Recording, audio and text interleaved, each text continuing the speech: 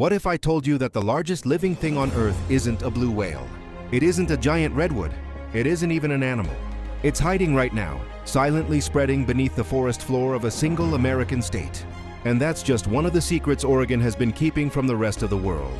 This is a place where a canyon makes the Grand Canyon look modest, where a lake exists in total isolation from every river on Earth, where a city's entire identity, its name, its culture, its future was decided by a single coin flip, where private ownership of an entire coastline is simply illegal. Oregon is one of the most geographically extraordinary places on this planet, and most people have absolutely no idea. So buckle up, because today we're going deep, literally and figuratively, into 15 geography facts about Oregon that will completely rewire the way you see the Pacific Northwest. Let's start with something violent.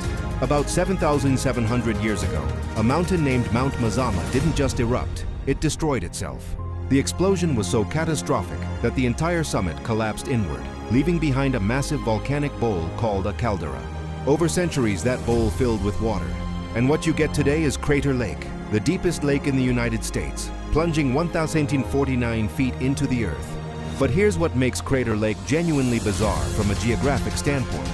There are no rivers flowing into it, and no rivers flowing out of it. Zero. The entire lake is sustained purely by snowfall and balanced by evaporation.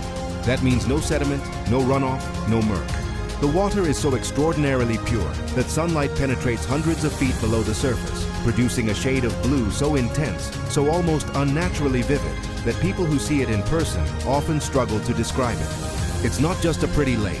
It's a closed, self-sustaining geographic system unlike almost anything else on Earth. The Grand Canyon gets all the glory. The postcards, the tourists, the Instagram posts. But while everyone's looking south to Arizona, Oregon and Idaho are quietly sitting on something deeper.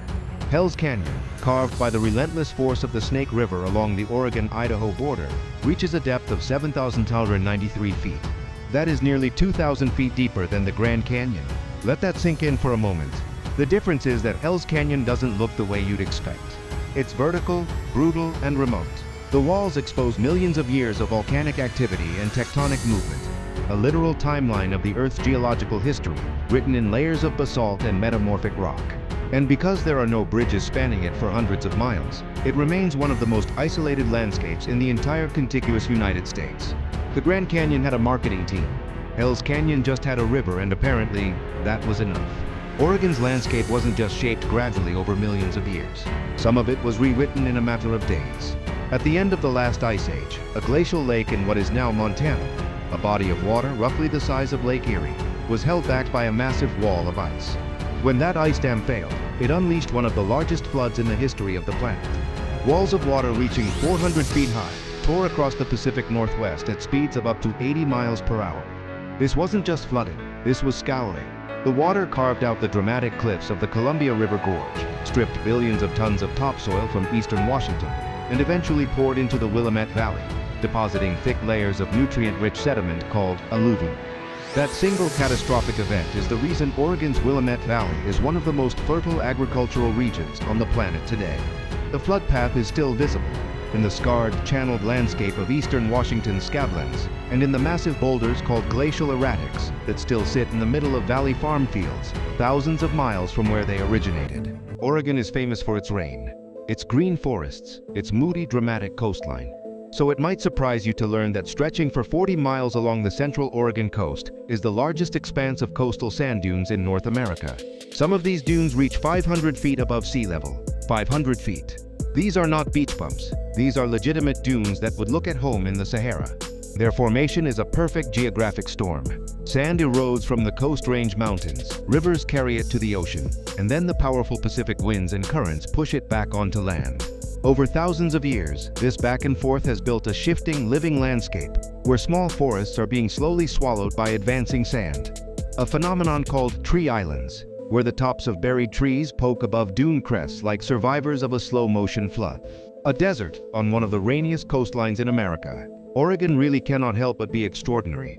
Between the 1840s and 1860s, approximately 400,000 pioneers made the journey west along the Oregon Trail, a 2,000-mile geographic artery connecting the settled east to the unknown west. The journey was brutal, the terrain was unforgiving, and the sheer volume of wagon traffic was so relentless that it permanently scarred the earth. Near Baker City in eastern Oregon, you can still see the swales. Shallow trenches pressed into the ground by thousands of iron wagon wheels, carved over decades of continuous travel.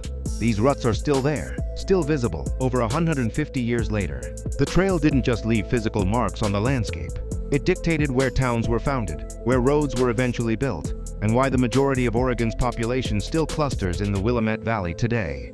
The geography of human settlement in this state is, in many ways, still following a path drawn by exhausted pioneers on foot. Western settlement, founded in 1811 at the mouth of the Columbia River. Astoria is the oldest American settlement west of the Rocky Mountains. And its location was chosen for one reason: geography. It sat at the precise point where the Pacific Ocean meets the Columbia River, the single greatest water highway into the interior of the continent. Whoever controlled Astoria controlled access to the entire Pacific Northwest. The British understood this. The Americans understood this. And for years, the two powers contested this small patch of Oregon coast like it was the most important piece of real estate in North America. Because geographically, it was. Astoria's survival ensured a permanent American foothold in the Oregon country, a territory that once stretched well into modern-day Canada. It was a small town that helped determine an international border. Not bad for a rainy port city on a steep hill at the edge of the continent. In 1845, two men stood in a small forest clearing on the banks of the Willamette River, staring at a copper penny.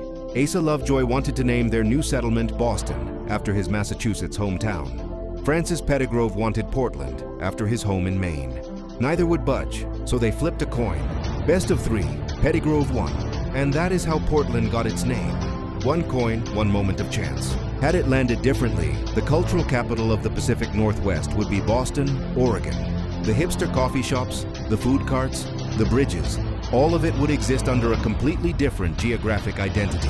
That penny, known as the Portland penny, is still on display at the Oregon Historical Society. It is perhaps the most consequential coin in the history of American geography. In the late 1930s, the geography of isolation sparked something close to political revolution. Residents of southern Oregon and northern California had had enough. Their state capitals, Salem and Sacramento, felt impossibly distant, separated by rugged mountain terrain that made roads nearly impassable and communication almost impossible. They felt abandoned, ignored, double-crossed. So they proposed a solution, a 49th state called Jefferson. On November 27, 1941, armed men blocked Highway 99 and handed out pamphlets declaring independence. A governor was appointed. The movement was gaining national traction. Then, 10 days later, Pearl Harbor was attacked. The country unified overnight, and the secessionist movement quietly dissolved. But Jefferson never fully died. Today, it persists as a fierce geographic and cultural identity across southern Oregon and northern California, symbolized by a gold seal bearing two X's, representing the double cross. The mountains that isolated these people also preserve something that government couldn't quite extinguish. Here's a geographic mystery that historians have never fully solved. No one actually knows where the name Oregon comes from. Unlike most states, whose names have clear origins in indigenous languages, Spanish exploration, or British royalty, Oregon appeared on maps before anyone from Europe had formally explored the region. Some historians believe it derives from the French word ouragan, meaning hurricane, a reference to the fierce winds of the Columbia River. Others point to a Spanish theory, suggesting it came from a word Spanish explorers used to describe local indigenous people. The most compelling geographic theory, however, suggests it was simply a cartographic error, a misreading of Wareconsint, a river name on an early 18th century map, which was then copied by later mapmakers and slowly migrated westward across successive maps until it landed on the territory we know today. A typo.Oregon might be named after a typo. Geography is sometimes wonderfully, absurdly human. Oregon's agricultural geography has produced one of the most remarkable crop monopolies in the world. The Willamette Valley, sitting in a narrow climatic transition zone between the wet Oregon coast and the dry high desert interior, provides a combination of mild winters, volcanic soil, and precise humidity levels that is almost uniquely perfect for growing hazelnuts. The result? Oregon produces 99% of the entire United States hazelnut supply, nearly all of it from one valley in one state. Globally, only two other regions on Earth, Turkey and parts of Italy, share a geography capable of large-scale, high-quality hazelnut production. The hazelnut was officially designated Oregon State Nut in 1989, a rare case of an agricultural identity so dominant it became legally enshrined. Human geography is about how people use and define space. And Oregon has pushed that concept to its most absurd and wonderful extreme. Mill Ends Park in Portland is officially recognized by the Guinness World Records as the smallest park in the world. It is a circle exactly 2 feet in diameter, located in the median strip of Southwest Naito Parkway. It began in 1948 when a journalist named Dick Fagan planted flowers in an unused hole that had been dug for a light pole outside his office window. He began writing whimsical columns about a colony of leprechauns living there. The city played along, eventually granting it official park status. Over the decades, it has hosted miniature protests, tiny parades, and seasonal landscaping. 2 feet across, officially a park, only in Oregon. In 1913, Oregon's Governor Oswald West made a decision that would permanently reshape the human geography of the state's entire western edge. He declared the Oregon coastline a public highway, a legal designation that, in effect, made it impossible for any private citizen to own the beach. This was reinforced and strengthened by the Oregon Beach Bill of 1967. Today, all 363 miles of Oregon's Pacific coastline are public land, every inch. You can walk the entire length of the state's ocean border without ever encountering a no trespassing sign. Compare this to California, where private estates routinely block public beach access.